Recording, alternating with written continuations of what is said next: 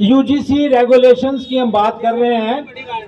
इसका जो डेफिनेशन है, इसकी जो परिभाषा है, मैं आपके सामने रख देता हूं।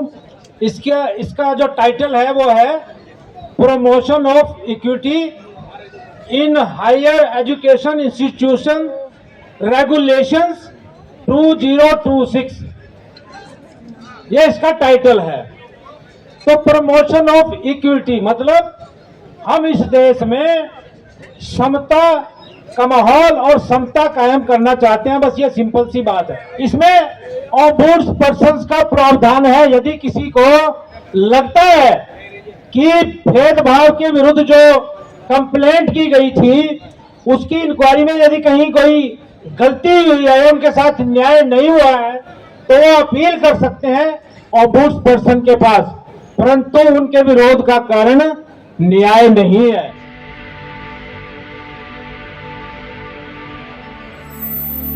जय भीम।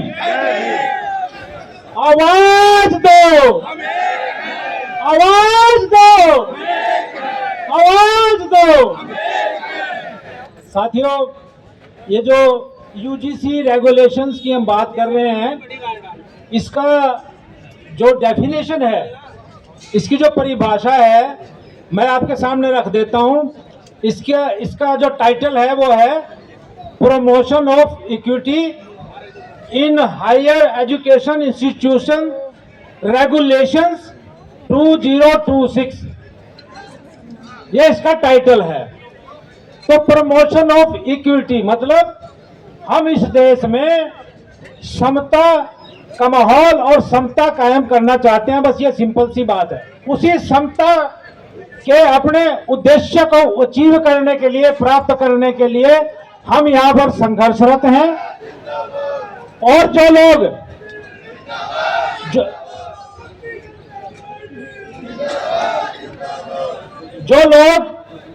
लोग इसका विरोध कर रहे हैं, जो तथाकथित मनुवादी लोग हैं, वही इसका विरोध कर रहे हैं।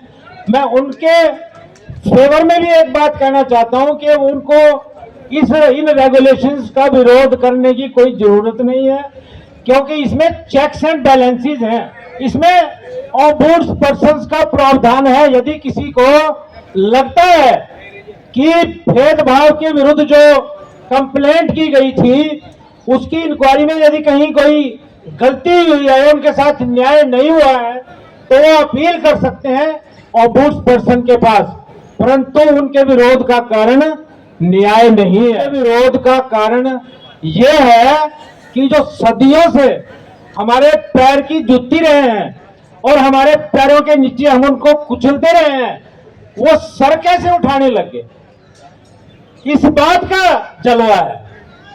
और जो माननीय सुप्रीम कोर्ट ने कहा है कि इन प्रावधानों में एम्बिग्युइटी है, संदेह है। मैं आपको पृथ्वीराज पूर्व डीजीपी आईपीएस, मैं पूरे नियम पढ़ के आया हूं। इसमें कोई एम्बिग्युइटी नहीं है, इसमें कोई संदेह नहीं है। अगर इस तरह की बात हमारे देश का सर्वोच्च न्यायालय कर रहा है तो उनकी नीयत पर भी शक करना जरूरी है। वो दोस्तों, उनकी नीयत पर भी शक करना पड़ेगा। कौन है जो आज का चीफ जस्टिस है यहाँ पे बैठा हुआ, किस जाति से आता है वो, ये सारी बातें हमको देखनी पड़ेंगी। और माननीय स्वामी प्रसाद मौर्य जी, सुनो एक मिनट सुनो भाई। माननीय स्वामी प्रसाद मौर्य जी केवल यूजीसी तक सीमित नहीं है, वो बहुत बड़े उद्देश्य को लेकर चल रहे हैं। उनकी लड़ाई मनुवाद के खिलाफ है। वो मनुवाद के खिलाफ बिल्कुल निर्भीक होकर मीडिया में, मंचों पर बोल रहे हैं। और सचमुच में ऐसा लगता है कि जो हमारे बहुजन समाज की जो पिच जिसपे हमें बैटिंग करनी चाहिए थी, हमें लगता है वो पूरी तरह से खाली पड़ी है। आप सबके लिए बहुजन समाज की पिच जो है वो पूरी तरह से खाली पड़ी है। जितने मर्जी रन बना लो, लेकिन हम हिंदुत्व की या मनुवाद की पिच पे बैटिंग नहीं कर सकते।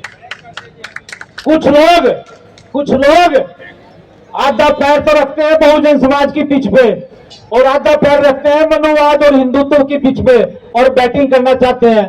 क्या कभी ऐसा व्यक्ति जीत सकता है जिंदगी में? नहीं जीत सकता।